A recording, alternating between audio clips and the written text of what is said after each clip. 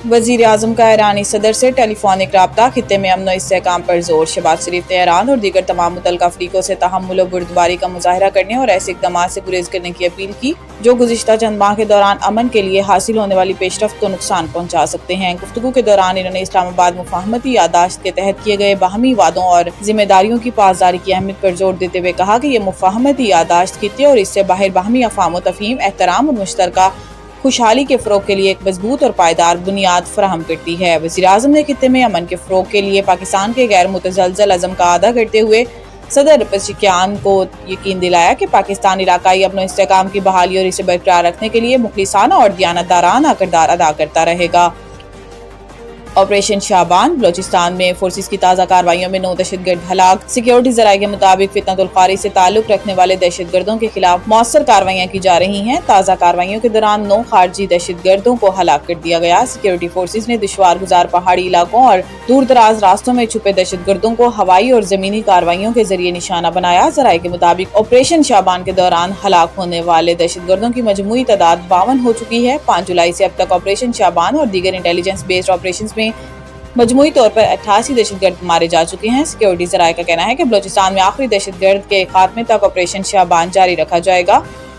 Donald Trump ने अपने कत्ल का खदशा जाहिर कर दिया। गैर मुल्की खबर एजेंसी के मुताबिक डोनाल्ड ट्रंप ने अपने कत्ल का खदशा जाहिर करते हुए ईरान पर कत्ल की साजिश का इल्जाम लगाया है। इन्होंने इल्जाम लगाते हुए कहा कि वो ईरान की हिट लिस्ट पर हैं।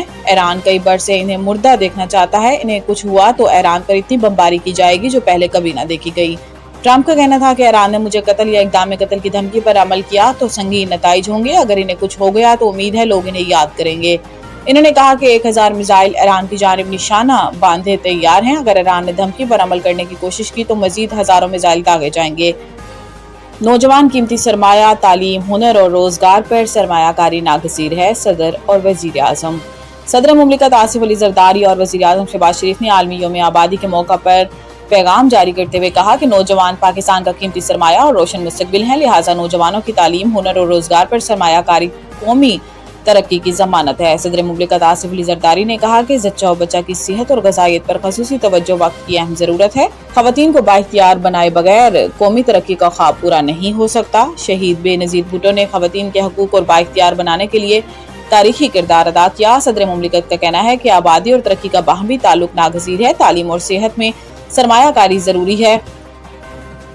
FIFA world cup 2026। स्पेन ने बेल्जियम को शिकस्त देकर सेमीफाइनल के लिए क्वालिफाई कर लिया।